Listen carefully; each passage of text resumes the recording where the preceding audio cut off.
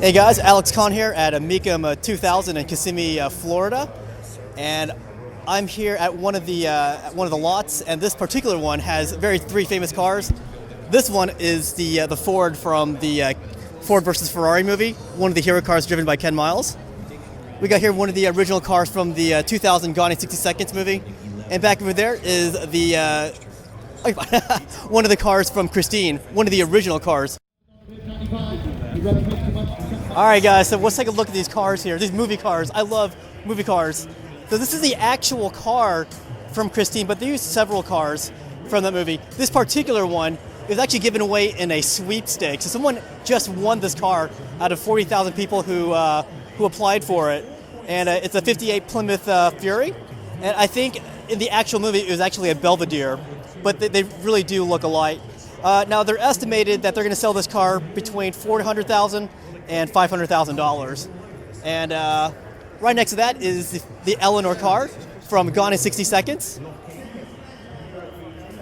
And this car had a lot of exterior mods added to it, like the side scoops. But I think it looked really cool for the movie. That's the one that Nicolas Cage breaks into. And in the original Gone in 60 Seconds, he had a hard time stealing the car too, because the cops got him. But yeah, this is one of original 11 Eleanors used in this movie. So this car is estimated to sell for $500,000 to $600,000. And then finally, a more recent car movie. One of my favorite movies, period, of 2019, Ford versus Ferrari, which starred Christian Bale as Ken Miles. And this is the actual hero car from that movie. Let's just come around this way. So as you can see, the driver's side is on this side. I've seen some die-cast models where they put the driver's side on the American side, but it's actually on the right side. And so it's a 66 Ford GTO 40 Mark II. And this one's estimated to sell for $275,000 to $325,000. Very sweet. Actually, this car's a lot smaller than I thought it would be. But it was made purely for racing at the 24 Hours at Le Mans. So here is the main attraction of Mecum 2020 Kissimmee, the Mustang from Bullitt, one of two cars used for the movie. This was used for about 90% of all the car shots in the movie. Now, if you want to see my video on this, please go to my other video. I'll put the link in that description. It is just too busy right now to record here. But this car is fantastic.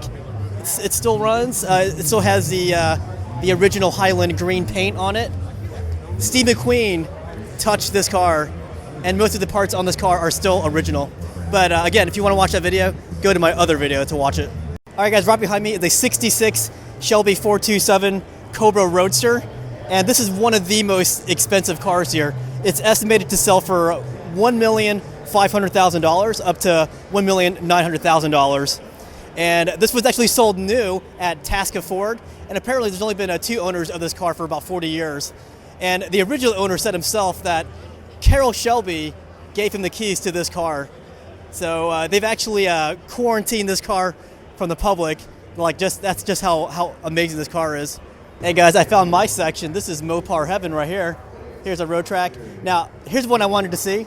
This is the 1970 Dodge Charger, and this color is known as Panther Pink, and it's only one of two cars known to have this color on it.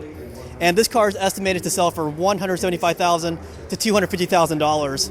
And let's go over here. Oh, we got a nice Cuda over here, but you guys have seen Cudas in my videos before. Looks to be like a 71 Cuda with a shaker hood. A little further down, got ourselves another Charger. This looks to be like 71, 72, 73. But I want to show you this car over here. This one looks really, really, really special.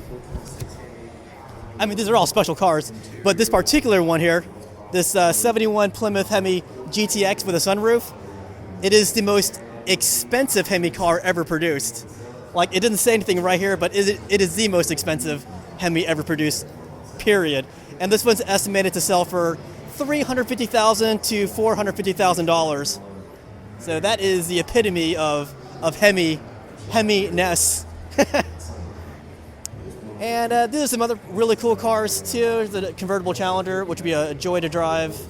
But yeah, we are going to look around the other lots though, because I don't want to just focus this video on Mopar and movie cars. I want to show you some other cars that they might have at Mecum 2020.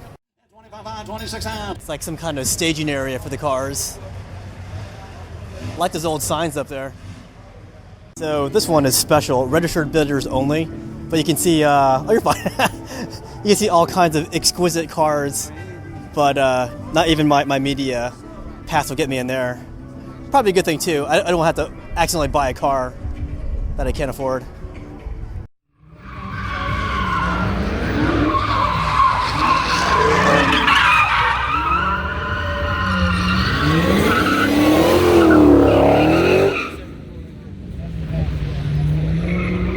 Take a break from all that Dodge action. Had to show you guys some Corvette action because I know some of you guys like Corvettes. But I saw some Smokey and the Bandit tribute cars over here. This one is a Jeep. See that? But more importantly, there's a looks to be like a 1980 Pontiac Trans Am right here. And from what I understand, they actually have a Burt Reynolds autograph is in this Trans Am. Apparently, the owner let Burt Reynolds stay with him for about 5 days. And during that time, he asked for an autograph. And the autograph says, "Go fast, but be safe, Burt Reynolds."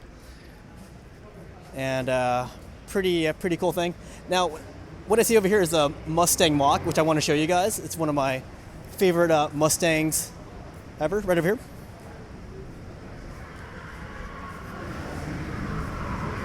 It's got an exquisite black pattern to it. Maroon leather interior.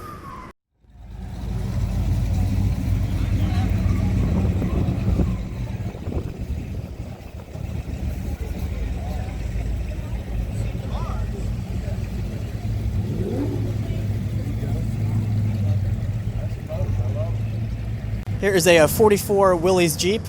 It says MASH on it. I don't know what capacity it was used for in the show. I'll have to do some research and see like if it was used as a hero vehicle in the show. I can't really tell. There's no markers on it. But next to that, we got John Wayne's truck right here.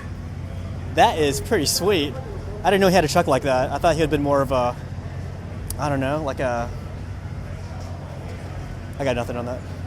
Here is the an 81 Delorean, which, as you guys know, that company had some bad luck associated with it. But what I didn't know, I actually watched a movie for this, but John DeLorean actually helped develop the Pontiac GTO, which I had no idea. But he later on went on to make the famous DeLorean, which was featured in Back to the Future.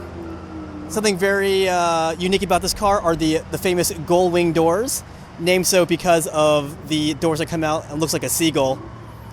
Now, we got some more Mopar action. I want to apologize to my viewers now. I am more of a Mopar kind of guy.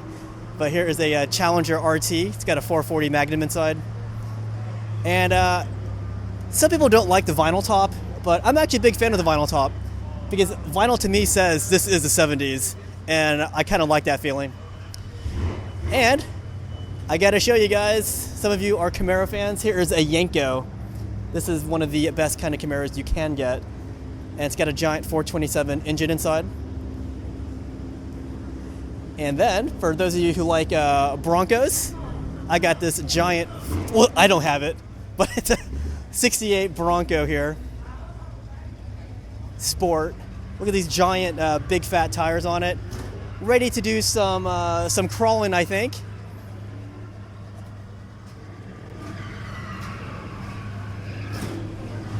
Yeah. So yeah, this is there are so many tents inside Mecum. So I haven't even touched more than 40% of this place. There's so much to see here, like a GTS moving out. You can hear its stock horn. Look at those rims on it. Do you hear that? That is the sound of gloriness. So I think we're done here at Mecum, unless I see another awesome car on the way out. There's too many awesome cars here, so I gotta pick and choose because I don't want the video to be too long.